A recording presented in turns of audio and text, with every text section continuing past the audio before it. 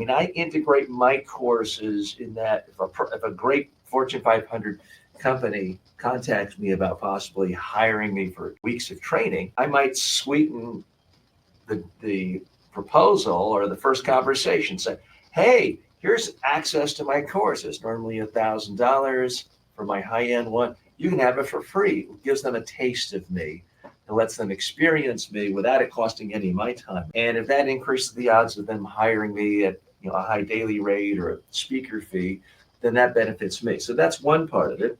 There is the part of if someone hires me for traditional in-person training or live training on Zoom, I can say, your homework is you get access to all these courses. So that sweetens the pot. I can also say, all right, my fee is X, and you may say that's 25% more than competitors, but I'm going to give you access to the world's largest media training online course that all of your people will have for the next year.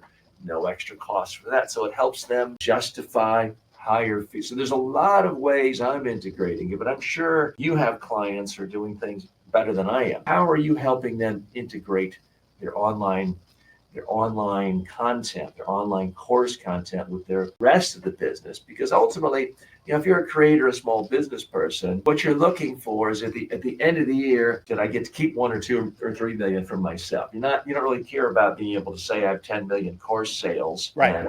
X margins. You want the most that you keep for your business for profit. How do you help them do that?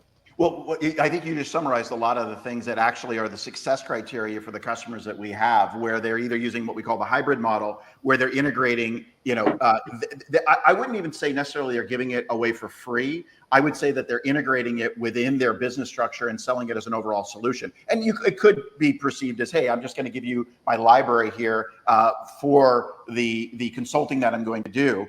Okay, or what it is it becomes a star player in the role, which is you're going to have on-demand training and you're going to have live training for me. So instead of me doing 100% of the training, let me give you an example. I have a customer in the area of leadership. I call them the leadership ladies. They are amazing, right? So what they do is they have a 5-course program along with a 5-session live session program. And what they do is they teach middle managers. So they go into the executives and they teach the executives leadership skills. And then the executives say, well, what about all my middle managers, as an example? So they use this program, which costs a couple $1,000s a person, which has both the online component, it has the live component, to be able to teach then middle managers what they're teaching the executives, but they can't do one-on-one or in small group session with the executives, because that's like $10,000, right? So they've lowered the price and then widened the target market. That's their use case. I've got a bunch of customers that are doing compliance-oriented things. So they're working with the states and federal governments and other things. Those are actually, I have to say, I'm just going to put in a plug for it,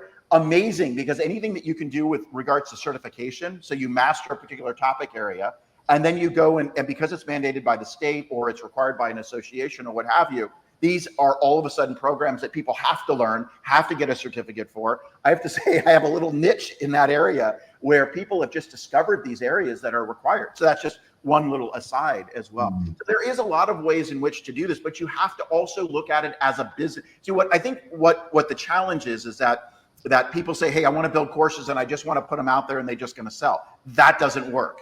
If you actually look at it as a business and say, I'm integrating this into my business, this is a component of my overall business, and possibly I'm using the education to actually sell my products or services more effectively, depending on what you're trying to sell, which could be your consulting services, your coaching services, or what have you.